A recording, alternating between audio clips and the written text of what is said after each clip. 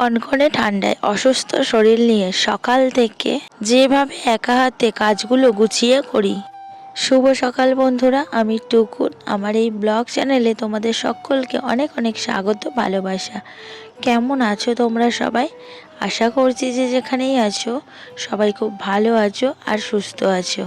আজ শনিবার, ঘড়িতে এখন সকাল 6:30 বাজে। এখন থেকেই তোমাদের সবাইকে সঙ্গে নিয়ে নতুন একটা ব্লগ শুরু করছি। আশা করছি আজকের ব্লগটা তোমাদের খুব ভালো লাগবে। আজকের ব্লগটা ছাদ দিয়েই শুরু করলাম। সকালবেলা উপরে এসে সূর্য প্রণাম সেরে আগে জামা কাপড়গুলো রৌদ্রে মেলে দিলাম। কদিন ভালো রৌদ্র হচ্ছে না, কুয়াশা করছে সকালে, জামা কাপড়গুলো ঠিকঠাক শুকাচ্ছে না। তার জন্য আগে ওপরে এসে জামা কাপড়গুলো রৌদ্রে মেলে দিলাম। হাওয়াতে তো জামা কাপড়গুলো শুকিয়ে যাবে। তারপর বেসিনে অনেকগুলো বাসন ছিল, সব বাসনগুলো মাজা ধোয়া করে নিলাম, নিয়ে এখন বাসনের ঝুড়িতে সব উবুর করে দিলাম। তারপরে চলে এলাম ঘরে এসে অফিসের রান্নাটা বসিয়ে দিয়েছি। টাইমের ভেতরে রান্নাটা কমপ্লিট না করতে পারলে দাদাভাই টিফিন পাবে না। চাকা চাকা করে বেগুন কেটে বেগুনগুলো এখন ভেজে নিচ্ছি এপিট ওপিট লাল লাল করে। তারপর আটা মেখে রুটিটা বানিয়ে নেবো।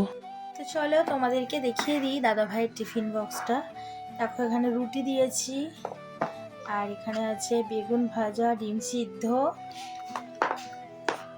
আর এখানে আছে এই যে ফুলকপি আলুর তরকারি। চলো টিফিন বক্সটা গুছিয়ে নিই। দাদাভাই চলে গেছে রেডি হয়ে নিচে, আমার এখনো টিফিন বক্স গোছানো হয়নি। ঠান্ডার মধ্যে না তাড়াতাড়ি আর কাজকর্ম করা যায় না, খুব কষ্ট হচ্ছে।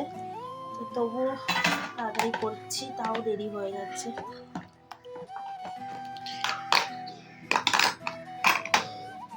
এই যে দাদাভাইয়ের লাঞ্চ বক্স রেডি, চলো নিয়ে আসি। টিফিন বক্সটা নিয়ে এসে দাদাভাইকে দিলাম। এই দেখো দাদাভাই রেডি হয়ে গেছে, দাদাভাই অফিস যাওয়ার জন্য বেরিয়েও পড়েছে। এবারে সংসারের সব কাজগুলো আমি গুছিয়ে নেবো। সকালবেলায় সময় পাই না টিফিন করার জন্য। দাদাভাই তো বেরিয়ে গেল, আর এই দেখো এখন 9:15 বাজে, 20 হতে চলছে। আর এদিকে দেখো দুষ্টু বুড়ো এখনো ঘুমাচ্ছে।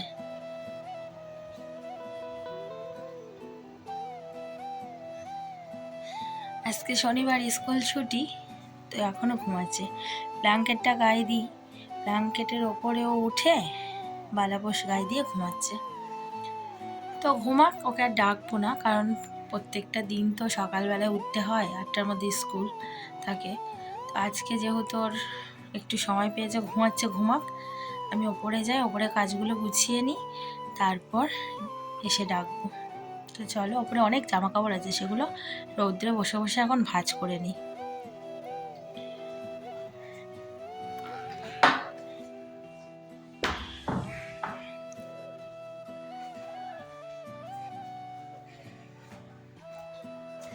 আজকে রোদ্দুর তেমন ভালো বেরায়নি,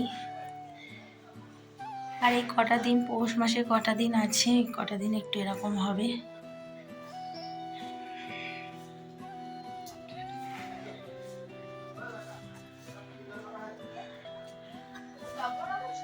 তোমাদের তো বললাম ছাদে রৌদ্রে বসে বসে জামা কাপড় ভাঁজ করব। অনেক জামা কাপড় আছে, তো মাদুরটা রৌদ্রে পেতে নিলাম। এবারে দেখো ঘর থেকে জামা কাপড় আনবো, কত জামা কাপড় দেখো সব জমে রয়েছে।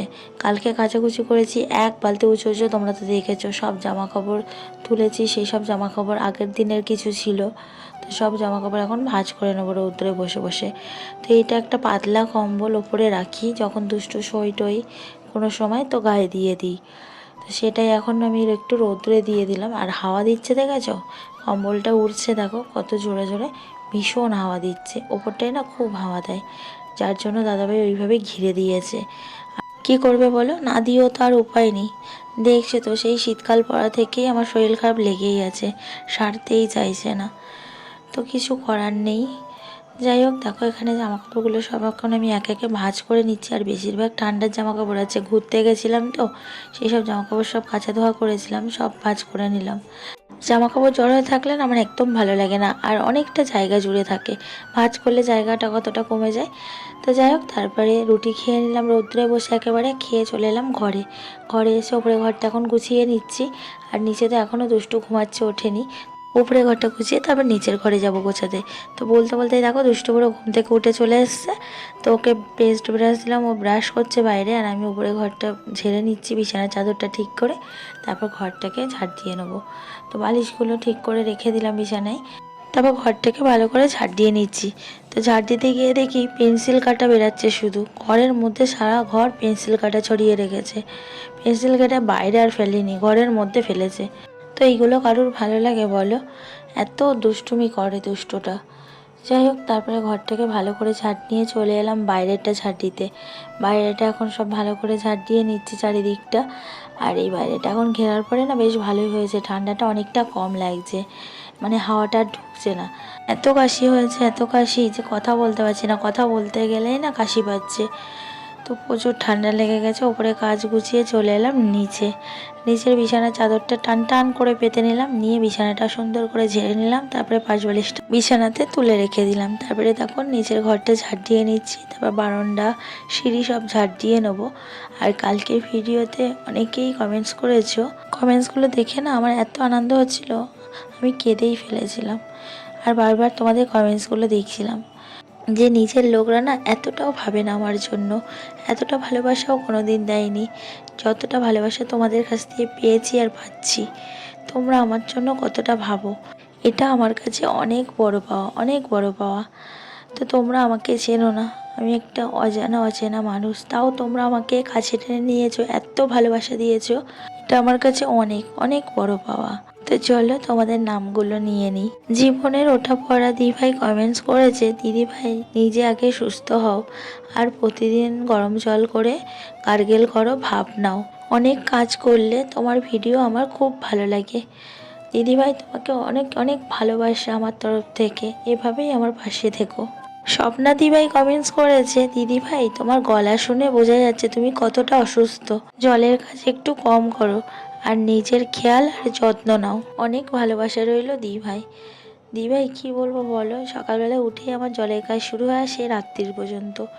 তো আমাকে তো একা হাতে সংসারের সমস্ত কাজকর্ম করতে হয়। এভাবে আমার পাশে থাকার জন্য দিদিভাই আমার তরফ থেকে অনেক অনেক ভালোবাসা। আরসি আর চম্পা কমেন্টস করেছো, তোমার কয়টা বাবু? আমার দিদিভাই এক ছেলে এক মেয়ে। সমী মণ্ডল দিদিভাই কমেন্টস করেছো, এই ঠান্ডায় অনেক কাজ করলে, ভিডিওটা খুব ভালো লাগলো। দিদিভাই এভাবে আমার পাশে থাকার জন্য আমার তরফ থেকে তোমার জন্য অনেক অনেক ভালোবাসা। নিফা ইসলাম আপু কমেন্টস করেছো, এই শীতে দিদিভাই একটু সাবধানে থাকো। একদম আপু, সবসময় চেষ্টা করব সাবধানে থাকার, আর তোমাদের সবার এত ভালোবাসায় আমি খুব তাড়াতাড়ি সুস্থ হয়ে উঠবো আশা করি। দেখো তোমাদের সাথে কথা বলতে বলতে আমার অনেক কাজ হয়ে গেছে, ঘর পোছা হয়ে গেছে ওপর নিচ, তারপরে স্নান করে জামা কাপড় মেলা হয়ে গেছে, তারপরে চলে এসেছি ঠাকুর ঘরে পুজো দিতে। তো দুষ্টু বুড়ো বায়না করলো শিব ঠাকুরদের স্নান করাবে, তো স্নানটা করিয়ে দিল, তারপরে আমি পুজোটা সেরে নিলাম। তো পাশের ঘরে গরম জল করতে দিয়েছিলাম, আমি রান্নাটা বসিয়ে দিয়েছি, তরকারি কষাচ্ছিলাম, গরম জল ঢেলে দেবো। তো গরম জলটা পাশের ঘর থেকে নিয়ে এলাম, এখন তরকারিটা আমি ভালো করে কষিয়ে নিচ্ছি, তারপর জলটা দিয়ে দেবো। আজকে সয়াবিন আলুর তরকারি করছি, তো সয়াবিন আলুটা ভালো করে মশলা দিয়ে কষিয়ে নিচ্ছি। আজকে আমার দুষ্টু বুড়ো বললো মা সয়াবিন খাবো, ও সয়াবিন খেতে ভীষণ ভালোবাসে, আর অনেক দিন হয়ে গেল সয়াবিন করা হয়নি, তাই ভাবলাম তাহলে আজকে সয়াবিনটা রান্না করি।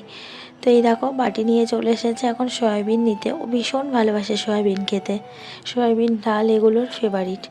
ও মাছ মাংস খেতে অতটা ভালোবাসে না, তোমরা তো অনেকেই জানো যারা যারা রেগুলার আমার ভিডিও দেখো।